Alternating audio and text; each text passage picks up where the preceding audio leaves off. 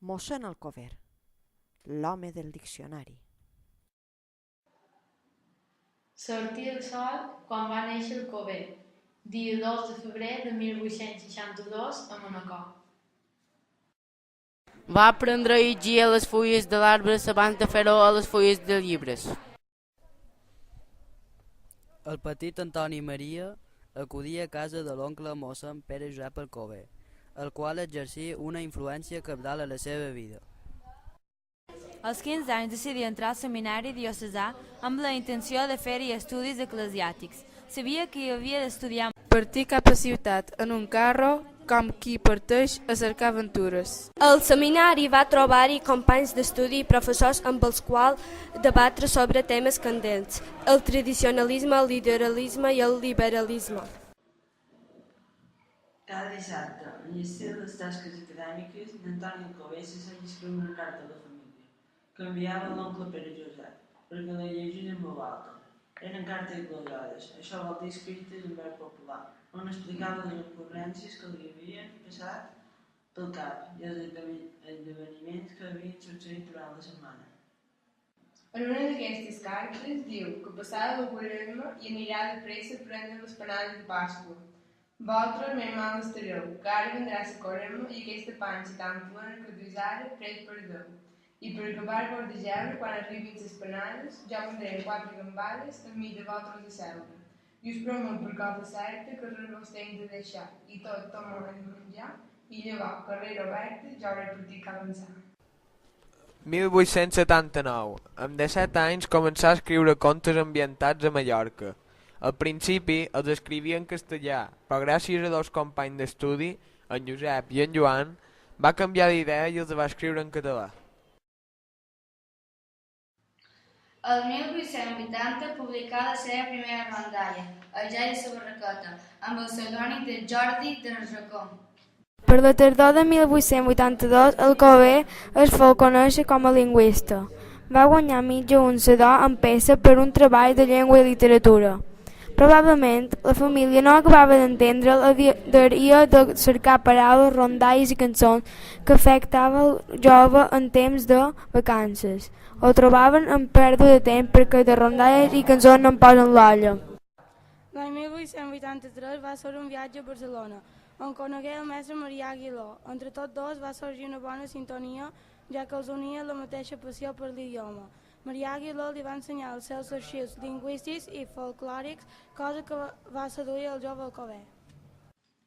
Un any més tard, va començar a escriure a la revista L'Àncora, on sempre incitava la polèmica. Llegia molts diaris i després, a la revista, escrivia allò que li semblava més interessant del que havia llegit. El 24 de desembre de 1886 va ser nomenat sacerdot i durant un temps va ser vicari de Manacor. Al temps, però, va començar a ser professor del mateix seminari on havia estudiat i també va continuar amb la seva participació sempre polèmica en diaris i revistes, fins que el bisbe el va aturar. L'any 1890 emprengué novament la complicació de les rondalles. L'any 1896 fou de la publicació del primer volum de la plec de rondalles mallorquines d'en Jordi de Racó. Van tenir una gran acollida. L'any 1897 reunia una velada per les fires i festes, el gloriador de més anomenada de Manacor.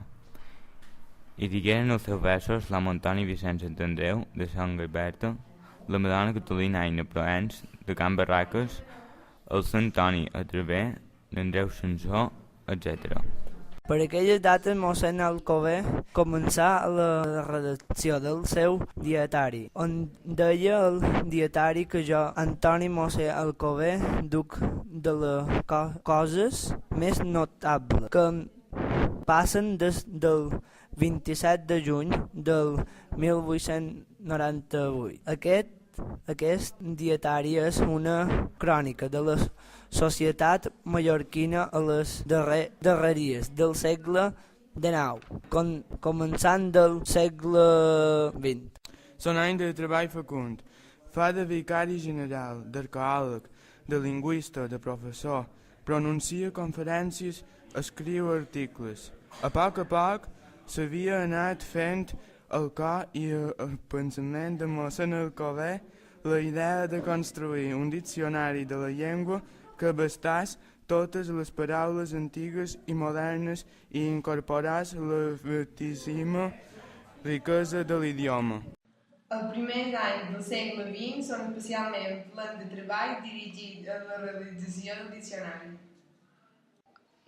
Dia 2 de febrer de l'any 1906, mossèn Alcover fou víctima d'un atemptat. Esclatà un petard de dinamita dins l'entrada de casa seva.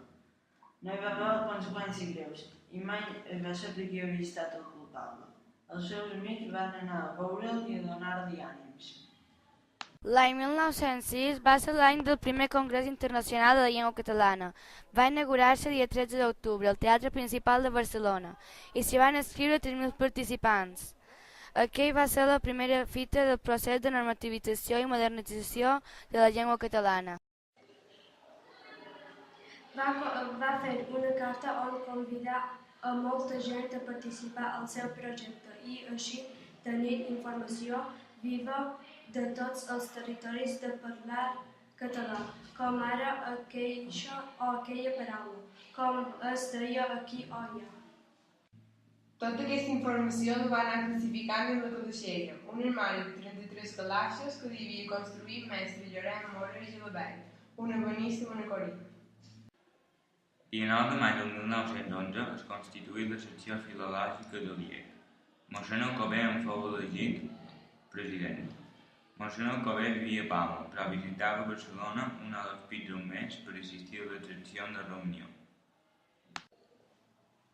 L'any 1913, la secció filològica feu públiques les normes ortogràfiques que firmaren tots els membres de la secció. Mossèn Alcover havia intervingut en la discussió i l'elaboració de les normes i les va acceptar perquè considerava que era necessari tenir una ortografia comuna a tots els territoris de parla catalana. L'any 1915 dugueren la calaixera a Barcelona, a la seu de l'Institut d'Estudis Catalans, perquè aquest projecte de diccionaris s'havia convertit en un símbol de catalanitat i hi havia molta gent interessada en que es fes com abans. L'any 1917 viatjà a Menorca i allà coneix el jove Francesc de Borja-Moll. Mossèn Alcover continua viatjant, recollint verbs, noms i adjectius, cançons i rondalles, dites, frases fetes. Aquesta concòrdia, però, no duraria molt. L'any 1918, mossèn Alcover va trencar amb la secció filològica. L'any 1918, mossèn Alcover trenca el seu lligam científic amb l'institut i torna a agafar la calaixera, l'embarca i la torna a Mallorca l'any 1900. Una vegada trencat el lligam amb Barcelona, mossèn Alcover cerca ajuda econòmica de Madrid i fins i tot arriba a entrevistar-se amb el rei Alfons XIII, el qual li donarà la seva ajuda. L'any 1921, mossèn Alcover realitzà el més llarg i últim del viatge filològic en companyia de Maó. L'any 1931, Francesc de Borja-Moll publicava una ortografia mallorquina, d'acord amb les normes de l'Institut d'Estudis Catalans i el vistiplau de mossèn Alcover. L'any 1931, amb la salut molt tocada, va adoptar l'última rondalla. Això era una pobra viuda que tenia 3 filles, l'Antònia, la Margarida i la Catalina. Va morir l'any 1932, tenia 70 anys. Aquesta mostra de videoart ha estat realitzada per l'alumnat de segon curs de Processos de Comunicació de l'IES Porreres, curs 2011-2012.